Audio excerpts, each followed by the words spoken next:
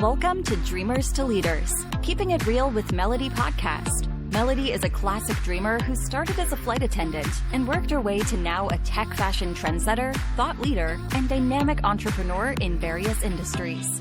This podcast is for the dreamers and doers. Learn how to think, act, and speak big as business leaders share how they turned from dreamers to leaders.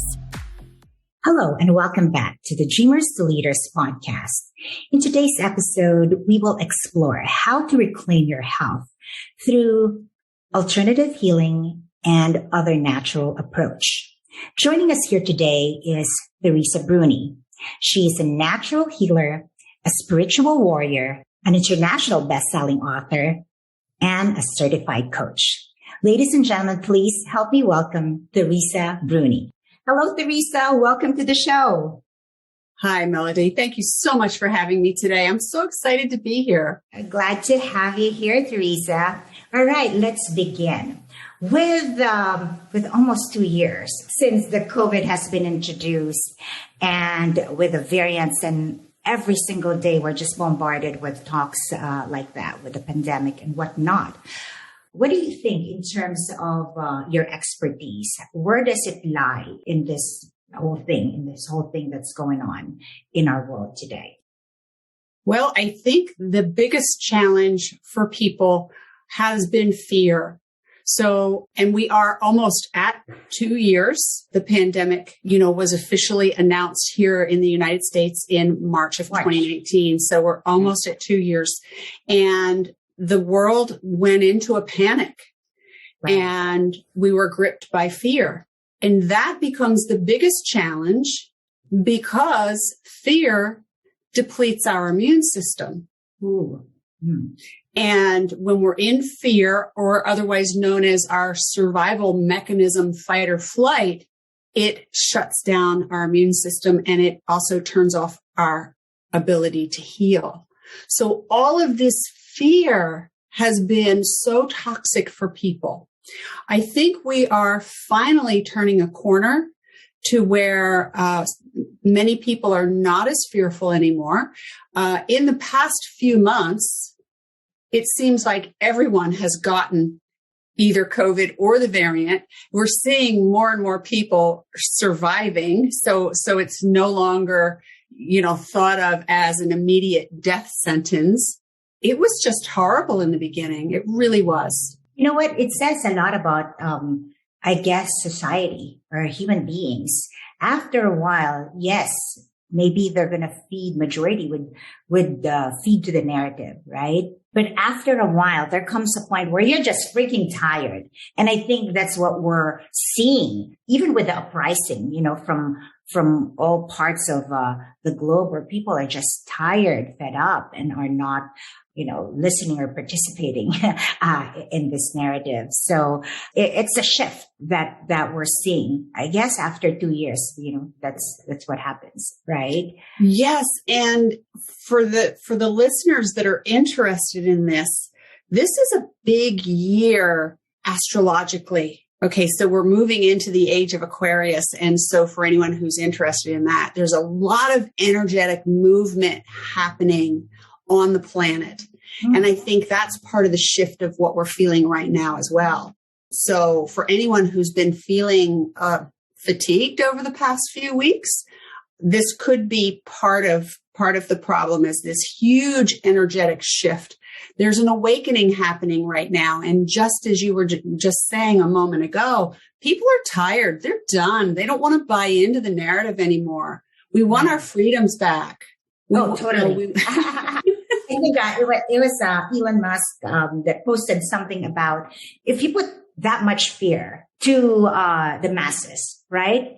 After a while, there is like a clear formula for the authorities to just really not even force them to comply. It is actually them really just voluntarily surrendering because of, as you said, the fear, right? So it's one of their arsenal to put everyone in check. Yes. And I saw a fascinating video just the other night about psychological experiments that they were running with rats. And if you put one rat in a cage and subject that rat to constant electrical pings, the rat does not survive very well, but because it's isolated. But if you put another rat in the cage, they tend to do a little bit better. Okay. And so that's what has happened is we've been forced to isolate. And so we don't have our communities to lean on. And it has made the effect of this that much worse. You know, the suicide rate has skyrocketed. The drug rate, people are just depressed. They're at wit's end. They don't know what to do any longer.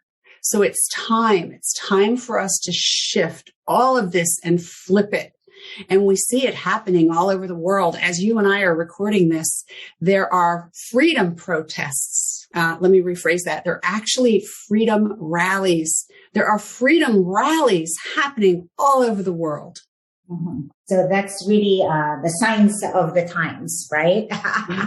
Where we would think maybe 3 months, 6 months. After 6 months, we were thinking, it should be done by now, right? And now we're on our second year. So it's just being prolonged unnecessarily. However, was it last week? They're now talking about endemic strategy. Yeah. So hopefully that's, we're seeing the tail end of this, right? And having that herd immunity or whatnot. Teresa, with your profession, have you seen consumers or people who are interested that are more open now to holistic and natural healing compared to maybe years ago? Oh, yes. The tide is definitely changing with that as well. One thing that we're learning, and it's one of the benefits that's coming out of this entire pandemic, is that science isn't always honest with us. So we're told, take the vaccine, you won't get the virus, but people did anyway. And then you had to take the booster and so on and so forth.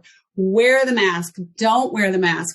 So prior to the pandemic, one of the biggest challenges in my practice was to convince people that they have the power to heal. And I always recommend that we take the best of what Western medicine has to offer us. Right. But we also need to take our power back. Over the years, Western medicine has convinced us that we cannot heal without them. So now, with all that's happened over the past 2 years, people are going, wait a minute, you don't know what you're doing. You tell me to wear a mask, then you tell me not to wear a mask, then you tell me to wear 2 masks. And stay in, don't stay in, go out, and back and forth and back and forth. So people are ready now to look toward alternative therapies, and we know now that core morbidities such as obesity make you more susceptible to not only catching the virus, but not recovering from it. So people are waking up to the fact that they have to take responsibility for their health. Right.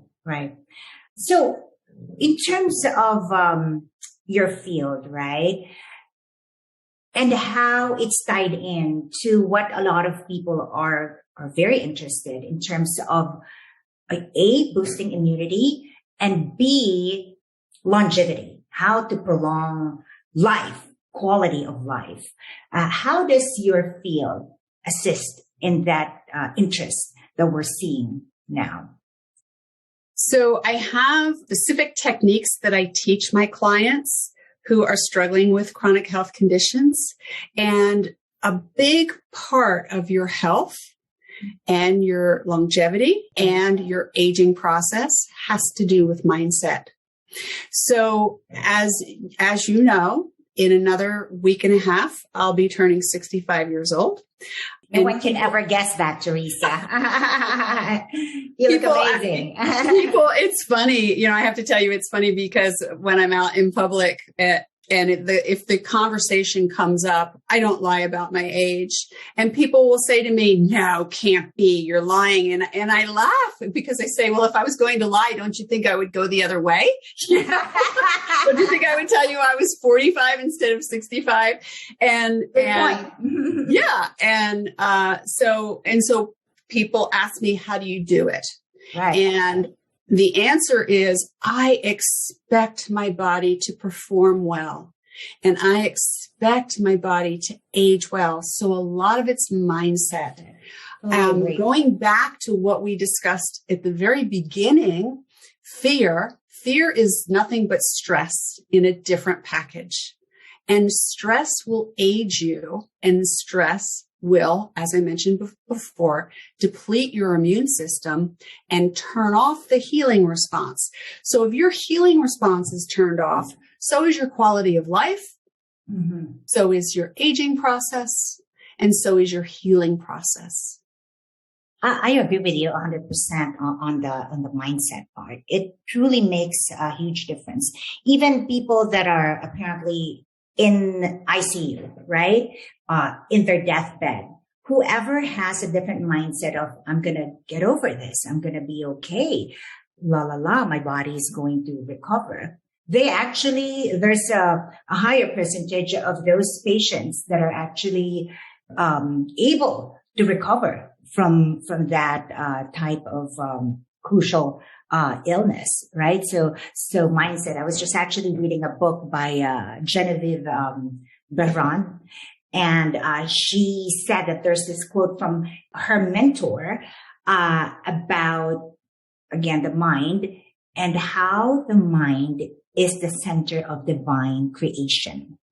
And by virtue of it being divine, therefore, A, it's limitless, B, it's almighty, it's strong, and what have you. That's really the makeup of who we really are. And people have just digressed from that thought. But reminding oneself and really having that affirmation and belief, mastery of that belief that your mind is the center of divine creation. I like that part. It is. And as you know, my story, I was chronically ill for a decade. And so I get what it's like to be stuck. And I did what most people do. I handed my health over to Western medicine for 7 years, expecting them to get me well, and it didn't happen. So I learned a lot on that journey, and I would use my mind every single day. I would do visualizations. I would think about, what will my life look like and feel like when I'm recovered? Wow. Because the mind is so powerful. And unfortunately, in today's healthcare system, doctors don't have the time to spend with you. There are a lot of wonderful doctors out there, but they are on a strict schedule and they don't have the time to treat the person inside the patient. So that's where alternative therapies come in.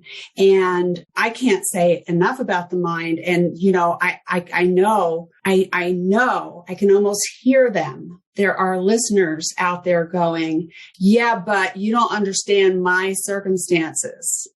I can't think, life is just not working out for me and I can't see any way out of this. Trust me, I get it. Been there, done that. So over a decade of going through that, and you attribute visualization as part of that really helped you with your healing process. You also talked about unresolved traumas or emotions. So aside from maybe visualization, what are the other tips that you could share with our listeners out there? Well, one of the easiest ones is laughter. So we actually have scientific research that proves 10 minutes of laughter, and I mean deep belly laughter, okay? Not just watching a sitcom, not just some giggles, but some really good belly laughs.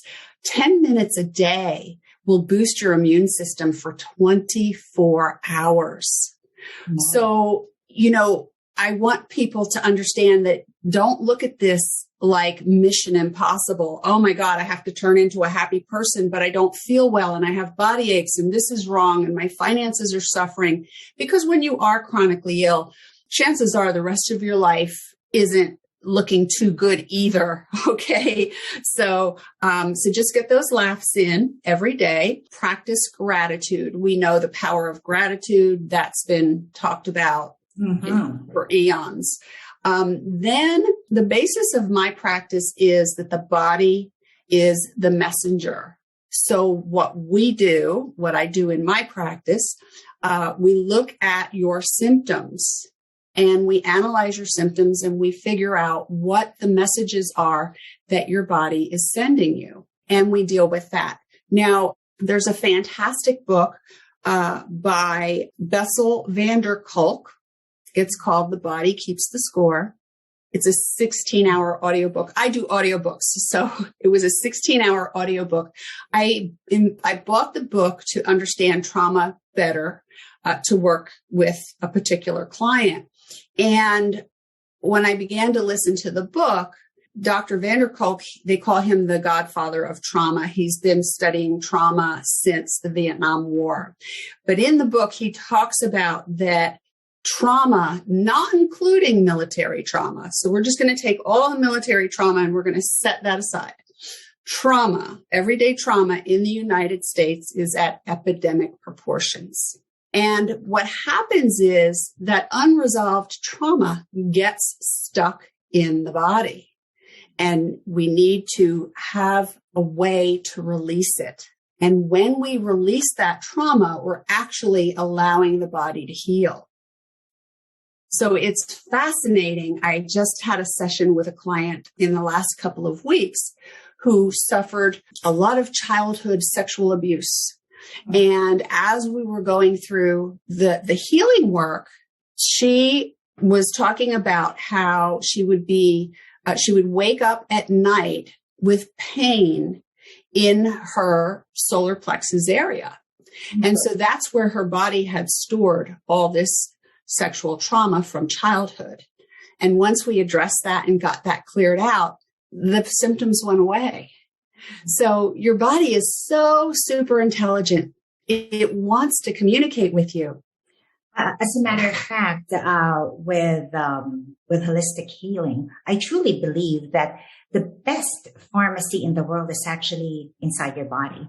Your body has the best ability to cure itself. And then just kind of touching on what you said about laughter. Maybe that's why they say it's the best medicine. I think you have a book about resilience, the Resilience Journal, right? Yes.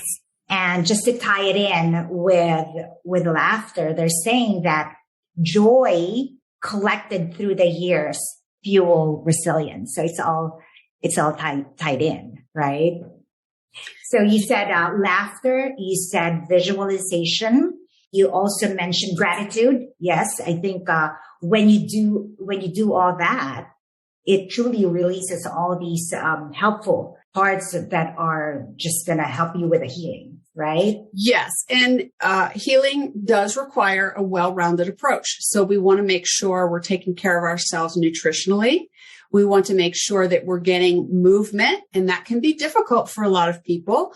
But you can get what I call passive exercise. So have a massage therapist come in or a physical therapist come in, someone who can move your body, because our blood circulates the nutrition and the oxygen through our body. So if you're not moving, you're turning off another part of your ability to heal, because you can't get the nutrients and the oxygen to the cells that need it.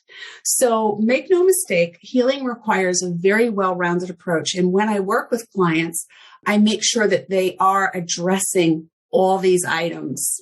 Right. Yeah. Yes. So it's that's why it's holistic with an H and WH for being holy. That's exactly right. Mind, body, spirit have to be healed simultaneously. You can't just heal one part and let the other part decay, right? Yeah, exactly. And if your spirit is happy, your body's going to be happy.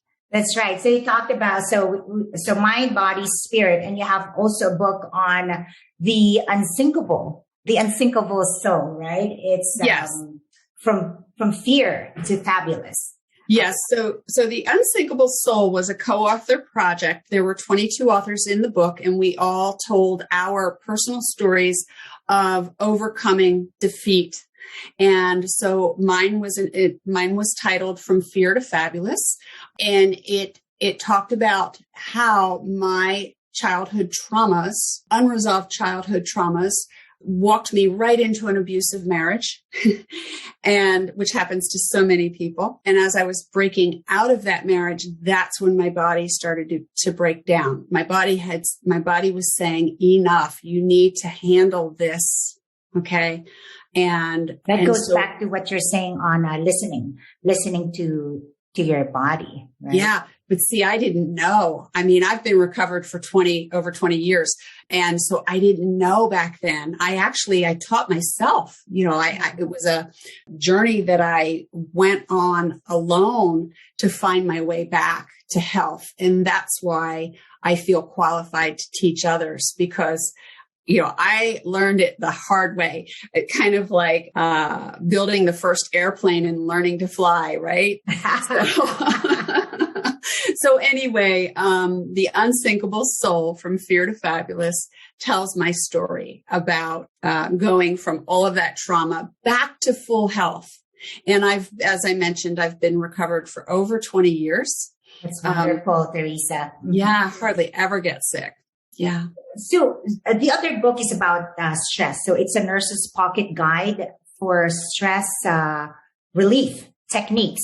So if there's there's quite a few, and some I know personally that are avid listener to our program. So nurses out there, and as we know, they work crazy hours and whatnot. And this pocket book is pretty much written for them and for those that are having this chronic stress issue. So what would be some of your tips to help them? So first of all, I learned through my journey that nurses are the most wonderful people. I have such admiration for them because they are the connector between the patient and the doctor. So when the doctor's running out the room to see his next patient, the nurse is the one that you can say, what did he say I didn't understand? Okay. Nurses have what I call in my practice, caregiver energy. They have a lot of caregiver energy. Most of them are women, but not all. Right. We have male nurses. So typically, if you take a female nurse, she is most likely, well, we know she's someone's daughter. Okay. She's probably a wife. She might be a mother, a grandmother. She might be a caregiver to her elderly parents. And then she's got this job that is high pace. It can be high stress. And so these people, they're little angels in disguise, and they usually put themselves last on the I need to take care of myself list. So I wrote this book as part of a program that I did at our local hospital for the nurse leaders to help them pay attention to their own signals and to give them some techniques to both shield themselves from negative energy and to cleanse their energy and to restore their energy. So how would they do that? Oh, there's just a whole host of ways. The top 3 that you think would be. Well, again, laughter, when you get off of work, get that laughter in, treat yourself special. Okay. So here's what happens, Melody. We as human beings, we train people how to treat us. And when you have a lot of caregiver energy, people will feed right into that. And they know all they have to do is ask you to do something and you'll do it for them. And because you've trained them. If you think about your kids know, if you have young children, they know how to push your buttons. They know how to get what they want. If they say please and they put that little cute little face on, you just kind of melt and you do. I love you, mommy. Yeah, despite the fact that what is it that you want? And maybe you just put in a 12-hour shift at the hospital and you're exhausted. So, and maybe your partner does the same thing. Again, we train people how to treat us. So one step is to develop healthy boundaries, start retraining people, where your boundaries are, what's acceptable and what's not. You deserve a break. You deserve the time to take your coat off when you come in the house before people start putting their demands on you. You deserve the luxury of a hot bath, a hot bubble bath, or some time to meditate. Right. So there's all kinds of techniques in the book to help guard your energy, protect your energy, clean your energy, and to take care of yourself first and foremost. We talk about also journaling, and even have a book. I think it's the Resilience bestseller, the Resilience Journal, Transcending Turbulent Times. So let's talk about journaling as a part of the therapy, right? How does that work and how does that help? So the Resilience Journal was inspired by the pandemic and was actually published in April of 2019 because I knew it was a time that people needed to find a way to support themselves. A lot of people were locked in. We were in lockdown. We couldn't go out. We couldn't spend time with friends and family, especially elderly people felt cut off. Mm-hmm. And journaling is a great tool because your journal can literally be your best friend. You can write anything in your journal, okay, and it's strictly yours. It just doesn't talk back to you, right? Yeah. So it'll just agree with what you say. Exactly. It'll allow you to pour your heart out. Right. And so I have the Resilience Journal right here on my desk. It is nice. This was my copy that I was using during the pandemic. And I'll tell you, it was very helpful. So what the journal does here is it has 9 categories that I ask people to pay attention to every single day in order to stay resilient. And there's a scale in there. And you rate yourself on a scale from 1 to 10, 1 being I didn't do very well at all, and 10 being I did really well. And the categories are health. So did I take care of my health? Did I exercise? Did I eat properly?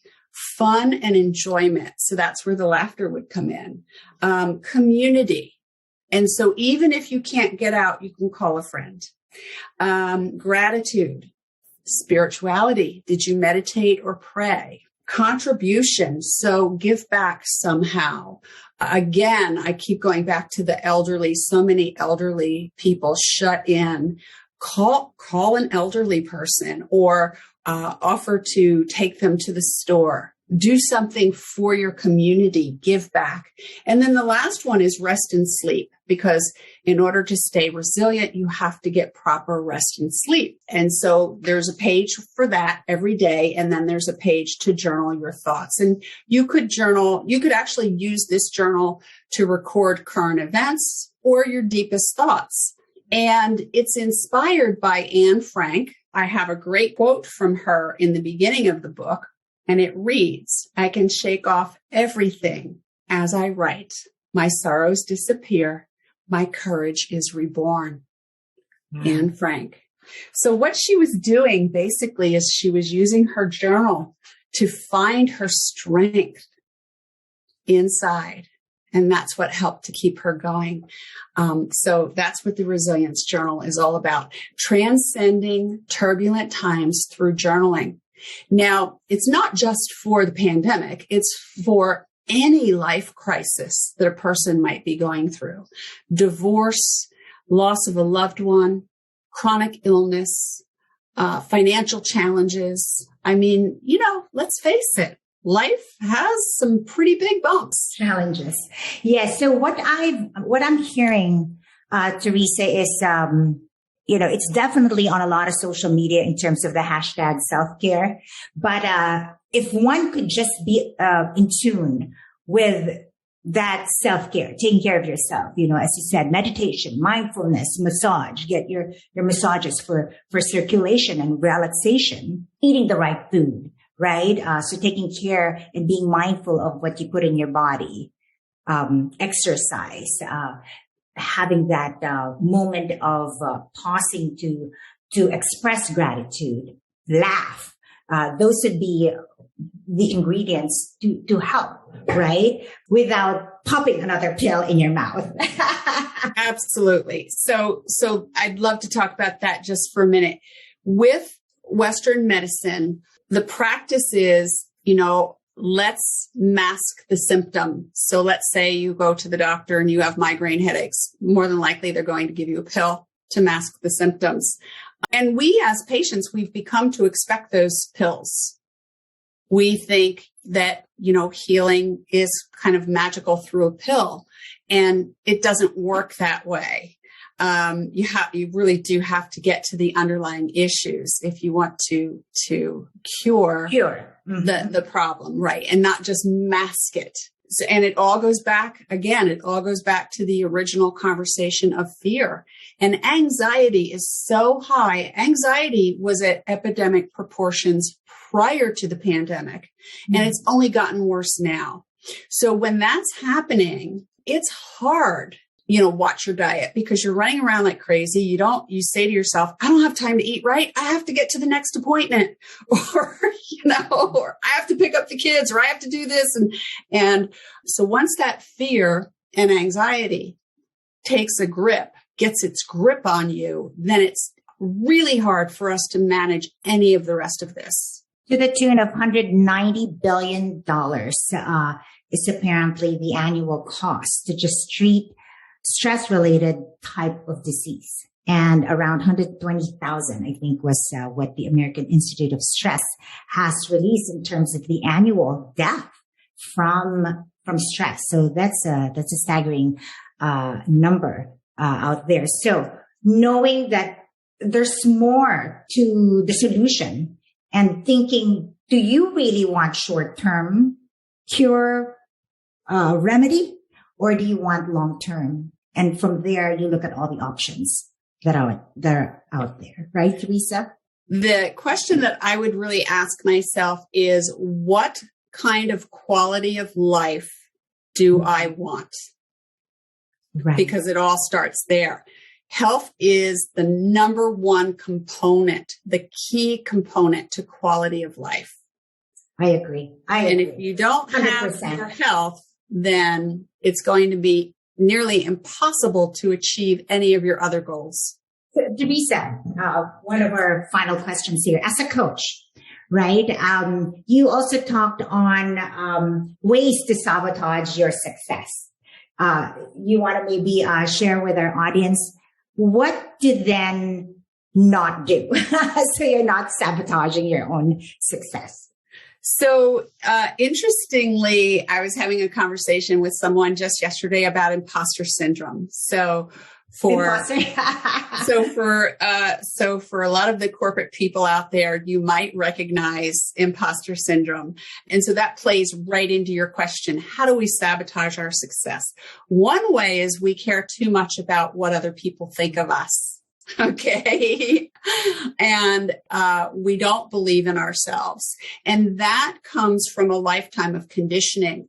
When we're growing up, we're told, don't brag. It's not polite, and we're given all these messages where we're taught to stand in the shadow, when in reality, we have this bright light that the world wants to see, but we tone ourselves down. We dim our light because we don't want to make other people feel uncomfortable. So those are a couple of the ways that we sabotage our own success. Yeah. And I think it's also part of growing up, as being young, being a teenager, young adults. There's a lot of looking at outside and using that as a meter to see your value or your worth.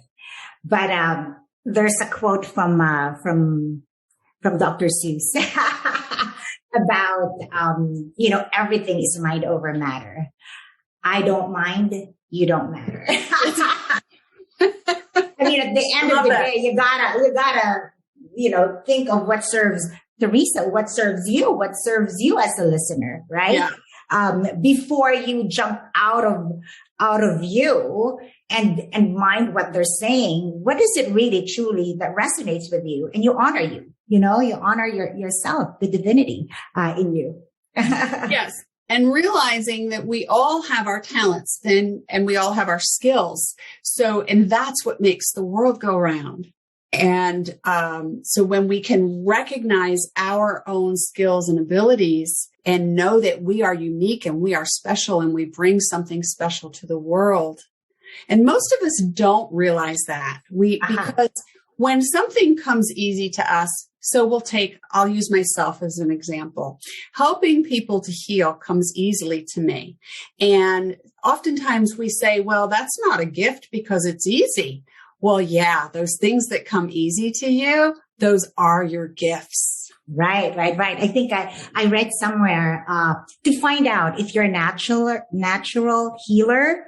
It's like you're an empath. You kind of could already feel. You're in tune with nature. Perhaps you're an introvert, and being intuitive are kind of those signals that perhaps you are. Perhaps you, the listener, if you're one of those that could identify to those that you could be natural healers, right? You talked about unique. What is your unique selling proposition as a coach? Because as we know, coach, there's kind of a coach for almost anything and everything now. And it's one of the fastest growing industry, out there globally. So what makes your practice unique, Teresa? Well, that would be me and and my unique gifts and now that almost didn't feel good because that's what we do. We're always afraid to shine the light on ourselves, but I am highly intuitive. So when I am working with clients, because I am empathic, like you were just talking about, and I'm also highly intuitive, I can feel and sense things. And I'm also an intuitive listener. So not only do I hear what my clients are saying, I also hear what they're not saying. Ooh. And I can help to guide That's powerful. them. Yeah. I love when my clients have a breakthrough. It's so powerful. So that's what makes me unique in my practice. I don't call myself a coach because I consider coaching to be one of my skills. Coaching is an awesome skill. Anyone who is trained as a coach knows that it is an awesome skill. So I prefer to call myself a healer, mind, body, spirit healer, because that's really where my skills are. Oh, another trait I remember is one sign that you could also be a natural healer is if you shy away from religion, but you're highly spiritual. Yeah. Right. So I think with you, there's that natural healing expertise as well as, having your own journey that people can then maybe relate more to you. Plus, you talked about, astrology. I mean, all these types of studies out there that you could actually use to help people, different strokes for different folks, right, Teresa? Exactly. And that's when clients come into my practice, I treat each one as the individual that they are. So let's say, for example, I'm going to recommend some alternative therapies. If you have a fear of needles, I'm definitely not going to recommend acupuncture, right? Or a vitamin drip, IV drip. Right. So, those vitamin IV drips are really good. Right. So I take each individual. So when a client comes into my practice, we look at them as the individual that they are, as the person that they are inside. And that's something that our medical system just doesn't have time to do. So for anyone who is suffering with chronic health condition, I highly recommend that you get a counselor or a therapist or a coach, because you really need that support. I'm not ashamed to say that I had a therapist with me throughout my journey. And when I look back, I realized that our work was slow to make solid breakthroughs. However, I was so grateful. That therapist was like my journal. Okay. I would go every week and just be able to say anything. I would be able to talk about my deepest thoughts and beliefs. And sometimes medical science overlooks providing us with that support. So for anyone who's listening who does have a chronic health condition, find someone to be by your side on this journey. It'll help a lot. So it takes a village, I think, for anything to really work. You could do solo and just kind of do one path or one route, but having a team with their own unique, right, with their own specialty, and just harnessing all their, all what they could offer, right? So if you're a pharmacist, you have that specialty. If you're a masseuse, of course, you have acupuncturist, etc.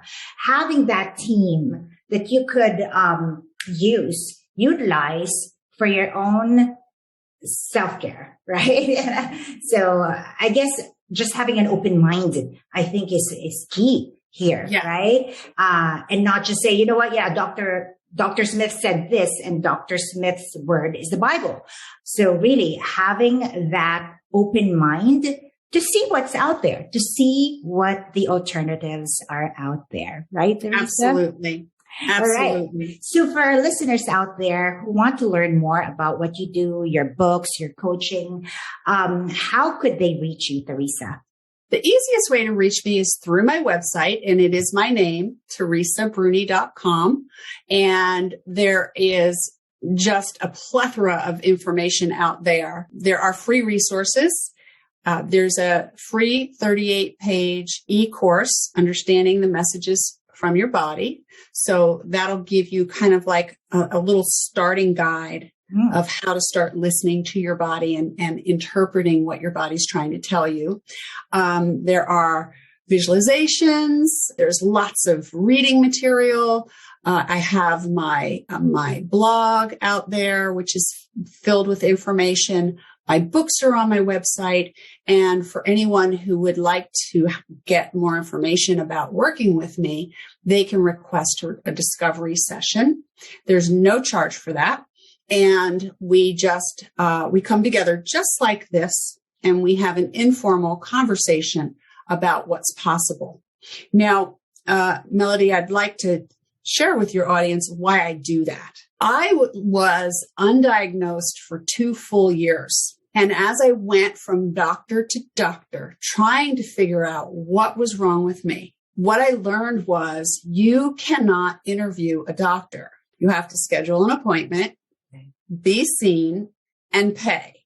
And I paid a lot of doctors who I knew I was never going to allow to treat me. Now, a $500 an hour attorney will give you a consultation at no charge, but a doctor will not. Most will not. Some alternative practitioners may. It's not fair to lump everybody into one basket, but that's why I give that discovery session, because I want to give people the opportunity to meet me and talk to me and ask questions, because when they make the commitment to work with me, I want them to be solid in that commitment. That just reminds me, and come to think of it, what you're saying about you really can't have that discovery with a doctor. This is your doctor. This is it. This is a specialist. You go there and there you go. You're with that specialist. However, let me take that further. And I know we have to wrap up in a few. During the time that I told you I was, under the weather, and just like you, I wasn't comfortable to go to a hospital or an urgent care. So, my insurance has that, it's called Teledoc, where you use your phone and you FaceTime and what have you. It's quite efficient, because it was quite, it didn't take long. I signed in, and right away he was able to give a prescription. Well, that was maybe freaking 5-10 minutes. I mean, it helped for me not to fall in line, wait for the doctor, so on and so forth. It gave me that instant gratification of having doctor. I mean, he was in scrubs and whatnot. So you just assume and you're just expected to believe that he is of authority. Yes.